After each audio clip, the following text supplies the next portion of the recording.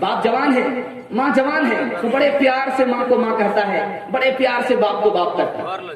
لیکن باپ جیسے بوڑھا ہوا، یہ بیٹا اب باپ کو باپ نہیں سمجھتا، باپ سمجھتا ہے. اب کیا ہوا؟ جیسے ہی اس لڑکے کی شادی ہو گئی، جیسے ہی اس لڑکے کی شادی ہو گئی، اب یہ لڑکا کیا کرتا ہے؟ اپنے بھائی کو کسائی سمجھ رہا ہے، اپنے سالہ کو ساری خدائی سمجھ رہا ہے. ساری خدائی، ایک طرف جورو کا بھائی، ایک طرف، اور اپنی بہن ہے اس کو چڑیل سمجھ کر کے اس کے سائے سے بھی دور رہنا چاہتا ہے.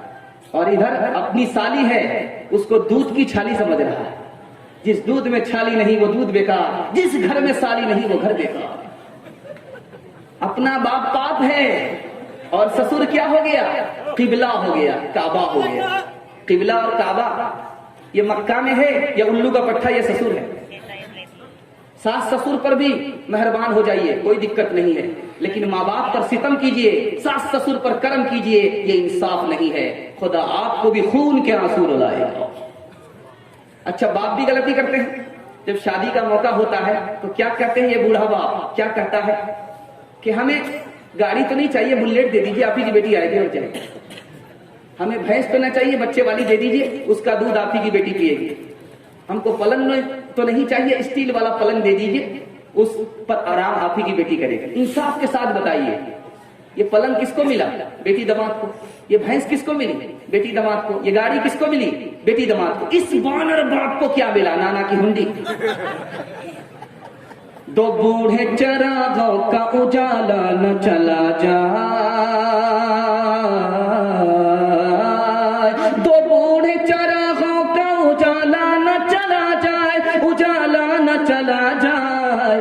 آئے جو بہو ہاتھ سے بیٹا نہ چلا جائے، آئے جو بہو ہاتھ سے بیٹا نہ چلا جائے.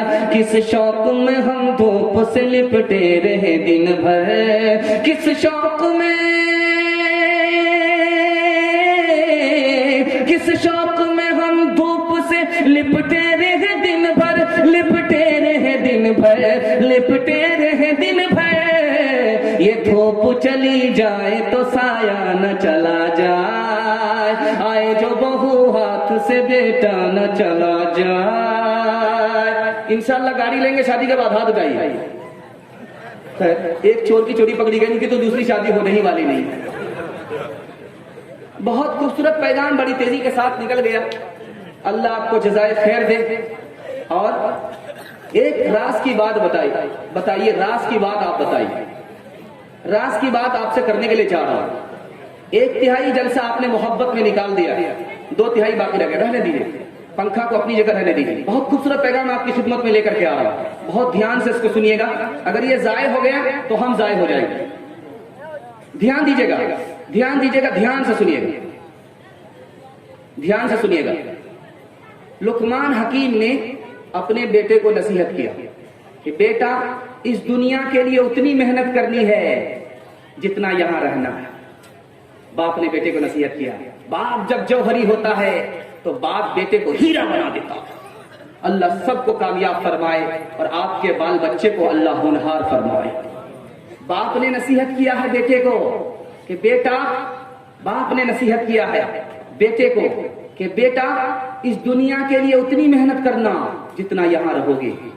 بیٹا اللہ کے لیے اتنی عبادت کرو جتنا تم خدا کے محتاج ہو. بیٹا گناہ مت کرنا، اتنا گناہ کرو جتنا عذاب سہنے کی تمہارے اندر طاقت ہے. بیٹا گناہ سے بچتے رہو جب تک کہ جہنم سے نجات نہ پا جاؤ. بیٹا ایسی جگہ گناہ کرو جہاں تمہیں خدا کے سوا کوئی نہ دیکھے. باپ نے نصیحت کیا، باپ کی نصیحت ہے. باپ کا نام لقمان حکیم ہے. بیٹے کو نصیحت کیا کہ بیٹا آنکھ کی حفاظت کرنا، دل کی حفاظت کرنا، زبان کی حفاظت کرنا، پیٹ کی حفاظت کرنا. بیٹے نے پوچھا کہ بہدور آنکھ کی حفاظت کہاں ہوگی، دل کی حفاظت کہاں ہوگی، زبان کی حفاظت کہاں ہوگی، پیٹ کی حفاظت کہاں ہوگی؟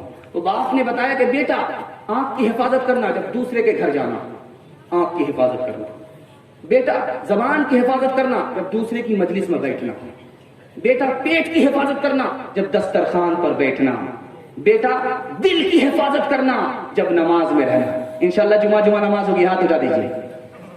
ٹھیک ٹھاک جا آپ لوگوں کو رانچی پہنچ ہی جانا، اس کے علاوہ کوئی چارہ نہیں۔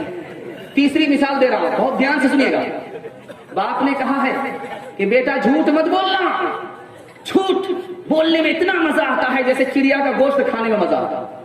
باپ نے کہا ہے کہ بیٹا جھوٹ مت بولنا، جھوٹ بولنے میں اتنا مزہ آتا ہے جتنا چڑیا کے گوشت کھانے میں مزہ آتا ہے، لیکن تھوڑا جھوٹ تمہیں جلا کر راکھ کر دے گا۔ دوسری مثال دیا ہے باپ نے کہ شادی کی تقریب میں شریک مت ہونا، جنازے میں ضرور حاضر رہنا۔ کسی کا بھی جنازہ اٹھ جائے، رشتہ دار ہو یا نہ ہو، اس کے جنازے میں شریک رہنا۔ شادی میں شریک رہو یا نہ رہو کوئی فرق نہیں پڑتا، بیٹا جب جنازے میں شریک رہو گے تو آخرت کو بھولو گے نہیں، آخرت یاد رہے گی۔ جب شادی میں جاؤ گے تو تم دین کو اور آخرت کو بھول جاؤ گے۔ چوتھی مثال دے رہا ہوں، بہت دھیان سے سنیے گا۔ لقمان حکیم سے پوچھا جا رہا علم کہاں سے ملا؟ کہا جاہلوں سے۔ جاہل کی جس بات کو پسند نہیں کیا اس کو میں نے چھوڑ دیا، جاہل سے مجھ کو علم ہوا۔ کہا کہ عقل کہاں سے آئی؟ کہا اندھے سے ملی، کہ جب تک ٹٹول نہیں لیتا ہے تب تک وہاں پیر نہیں رکھتا ہے۔ اندھے سے مجھ کو عقل ملی ہے۔ پوچھا گیا ہے، باپ سے پوچھا گیا ہے، لقمان حکیم سے پوچھا گیا سب سے بڑا عالم کون ہے، سب سے بڑا صابر کون ہے، سب سے بدترین انسان کون ہے؟ 3 سوال پوچھے جا رہے ہیں لقمان حکیم سے۔ تو کہا کہ آدمی صبر کرے، اس کے پیچھے تکلیف نہ ہو، یہ سب سے بڑا صابر ہے۔ عالم ہو، اگر اپنے دل کو ٹٹولے تو علم کو موجود پائے، عمل کو موجود پائے، یہ سب سے بڑا عالم ہے۔ اور بدترین انسان وہ ہے جو گناہ پر گناہ کر جائے، بستی میں بدنام ہو، اس کو اس کی کوئی پرواہ نہ ہو۔ آخری مثال دے رہا ہوں، اس پر اس پیغام کو ختم کر رہا ہوں۔ لقمان حکیم نوکر ہیں، مالک نے کہا بکری ذبح کر کے لاؤ، گوشت اچھا پکا کر کے لاؤ، گوشت اچھا پکا کر کے لاؤ، بکری ذبح کر کے لاؤ، گوشت اچھا پکا کر کے لاؤ۔ تو زبان کو پکا کر کے رکھ دیا، دل کو پکا کر کے رکھ دیا۔ کہا کہ ہم کو زبان پسند نہیں، اچھا گوشت نہیں ہوتا، ہم کو دل پسند نہیں ہے، یہ اچھا گوشت نہیں ہوتا۔ تو لقمان حکیم نے کہا کہ آپ نے صحیح کہا۔ کہا پھر تم پکا کر کے کیوں لائے؟ کہا کہ یہ اچھا بھی ہوتا ہے اور برا بھی ہوتا ہے۔ جب زبان غلط استعمال نہیں کرتی، جب زبان غلط استعمال نہیں ہوتی تو اس سے بہتر کوئی چیز نہیں ہے، اور دل میں جب خوف خدا ہوتا ہے تو اس سے بہتر کوئی چیز نہیں ہوتی۔ دل گلستان تھا تو ہر شے سے ٹپکتی تھی بہار، دل بیاباں ہو گیا، عالم بیاباں ہو گیا۔ میرا دل بدل دے، میرا دل بدل دے، میرا دل بدل دے، میرا غفلت میں ڈوبا دل بدل دے، میرا غفلت میں ڈوبا دل بدل دے، ہوا ہرس والا دل بدل دے، میرا غفلت میں ڈوبا دل بدل دے۔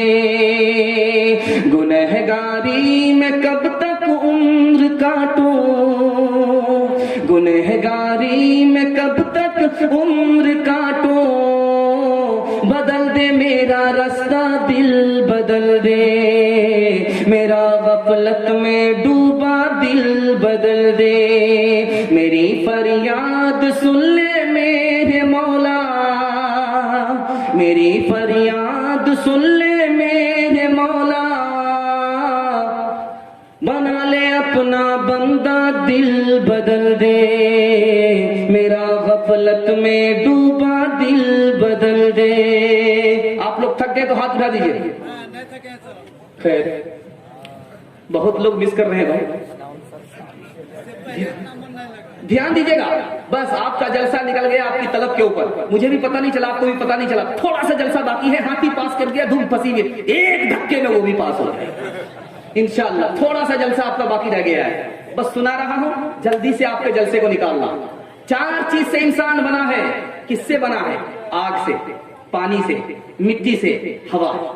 اور اس کا اثر کیا ہوتا ہے میں آپ کو بتانے کے لیے جا رہا ہوں۔ آپ کا اللہ علم میں اضافہ فرمائے، میرے مطالعہ کو تازہ فرمائے۔ آگ سے انسان پیدا ہوا، ہوا سے انسان پیدا ہوا، اسی کی وجہ سے تکبر کرتا ہے۔ تکبر آدمی کیوں کرتا ہے؟ سر اٹھاتا ہے، دوسرے کو چھوٹا سمجھتا، اپنے کو بڑا سمجھتا۔ کہاں سے؟ آگ سے پیدا ہوا، اسی کا اثر ہے، اور ہوا سے پیدا ہوا، اسی کا اثر ہے۔ آدمی کنجر ہے، بخیل ہے، مکھی چوس ہے،